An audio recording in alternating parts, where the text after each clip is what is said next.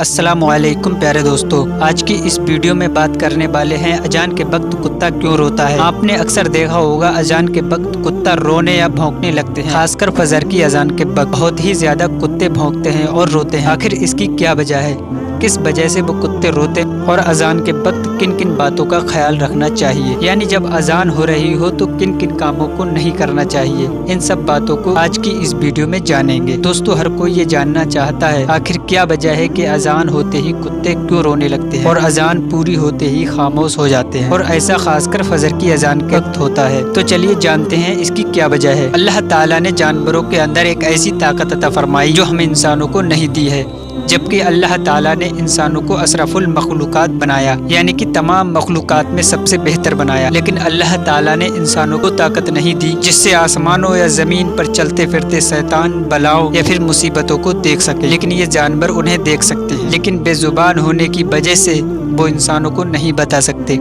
लिहाजा वो ऐसी आवाज़ें निकाल कर इंसानों को खबर करने की कोशिश करते हैं। तो जैसे ही अजान शुरू होती है, खासकर फजर की अजान, तो जितने भी शैतान और बलाएं होती हैं वो रात के वक्त ज्यादा निकलती हैं, और अजान की आवाज़ सुनते ही वो तमाम शैतान और बलाएं भागना शुरू कर देती हैं। ये देखते ही कुत्ते रोने या भौंकने लगते हैं। कुत्ता जब किसी इलाके में बहुत ज्यादा रोता है और अगर कुछ ही दिनों में उस इलाके में किसी का इंतकाल हो जाता है तो इसीलिए लोग उसे मनहूस समझकर भगा देते हैं। वो बेजुबान मनहूस नहीं होता, बल्कि उसे ये इल्म होता है उस इलाके में कोई मुसीबत आने वाली है और वो इंसान को आगाह करने की कोशिश करता है। तो आप समझ गए होंगे अजान होते ही कुत्ता क्यों रोता है। तो आप जानते ही हैं कि रात के वक्त शैतान और बलाएं ज्यादा निकलती हैं, और सुबह के वक्त जब फजर की अजान होती है तो वो शैतान और बलाएं भागना शुरू कर देती हैं, जिनको देखकर कुत्ते रोने लगते हैं। दोस्तों, हम आपको बताते हैं जब खुदाए ताला ने हजरत आदम अलैहिस्सलाम को पैदा फरमाकर फरिश्तों को हुक्म दिया कि मेरे खलीफा के आगे तुम सब सजदे में झुक जाओ, तो सब सजदे में झुक गए, मगर शैतान खड़ा रहा और नहीं झुका।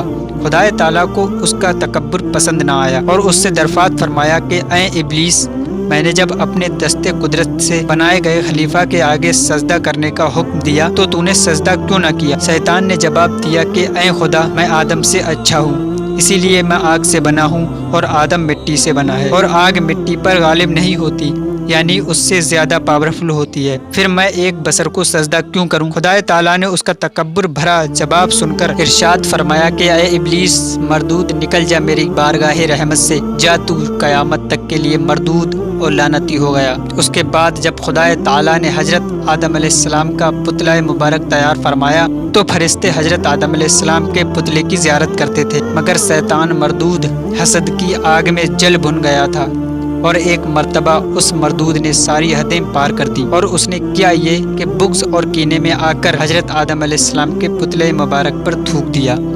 ये थूक हजरत आदम अलैहिस्सलाम के नाफ मुबारक पर पड़ गया। खुदाए ताला ने हजरत जिब्राईल अलैहिस्सलाम को हुक्म दिया कि इस जगह की इतनी मिट्टी निकाल कर उस मिट्टी का कुत्ता बना दो। चुनाचे उस शैतानी थूक से मली हुई मिट्टी का कुत्ता बना दिया गया। ये कुत्ता आदमी से मानूस इसलिए है क्योंकि मिट्टी आदम अलैहिस्सलाम की है, नापाक इसलिए है, थूक शैतान की है, और रात को जागता इस हाथ इस पर जिब्राईल अलैहिस्सलाम के लगे हुए हैं। शैतान के थूकने से हजरत आदम अलैहिस्सलाम का कुछ नहीं बिगड़ा, बल्कि मकामे नाफ सिकम की वजह से जीनत बन गया।